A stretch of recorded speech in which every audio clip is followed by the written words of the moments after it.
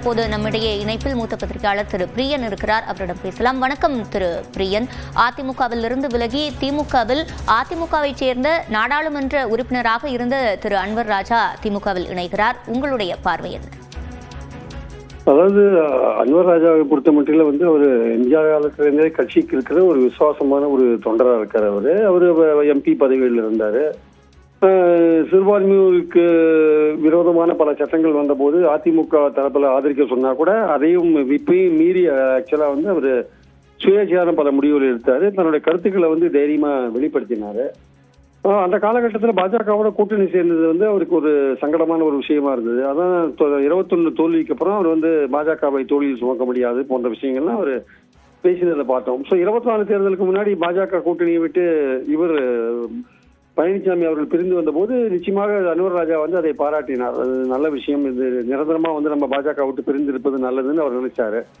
ஆனால் 24 தேர்தலுக்கு அப்புறம் பாத்தீங்கன்னா அந்த எஸ்டிபியோட கூட்டணி அமைச்சு கூட மைனாரிட்டிகளின் நம்பிக்கையை அதிமுக பெறவில்லை என்பது முக்கியமான விஷயம். அதனால மீண்டும் பாஜகவோட கூட்டணி அமைக்க வேண்டிய கட்டாயத்துக்கு இபிஎஸ் தள்ளப்பட்டார். இந்த நிலைமை அன்வர் ராஜாவுக்கு ஏற்புடைய ஒரு நிலைமையா இல்லை.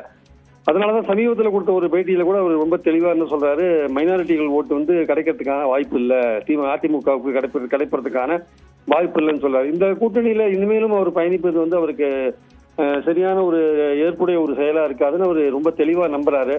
அதுவும் பாஜக எடுத்துன்னு வர வக்ஃப் போர்டு பில் போன்ற விஷயங்கள்லாம் இனிமே பாஸ் பண்றதுக்கான வாய்ப்புகள் இருக்கிறதுனால வரப்போற காலகட்டத்தில் இன்னும் சிறுபான்மையோருக்கு எதிரான பலவித விஷயங்கள் பண்ணும்பொழுது அது அதிமுக அதற்கு உடந்தையாக இருக்குமோ என்ற ஒரு சந்தேகம் அவருக்கு இருக்கிறதுனால அவர் தற்சமயம் அதிலிருந்து விலகிய திமுக அணியில் இணையிற ஒரு முடிவு எடுத்திருக்காருன்னு நினைக்கிறேன்.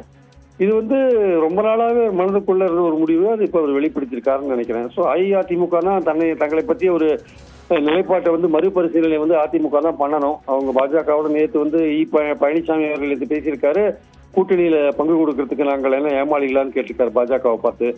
ப்ராபபிளி இந்த மாதிரியான ஒரு அதிமுக இருக்கிற இன்னும் மிச்சம் கொஞ்சம் இருக்கிற சிறுபான்மையோர் நம்பிக்கை எழுந்து போறதுனால இந்த மாதிரியான ஒரு பேச்சுக்களை அவர் பேசியிருக்கலாம் என்பது என் கருத்து.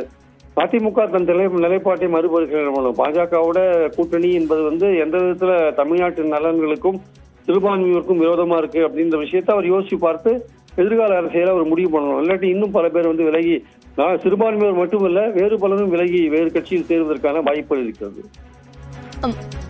இணைப்பில் கருத்துக்களை பதிவு செய்தமைக்கு நன்றி திரு பிரியன்.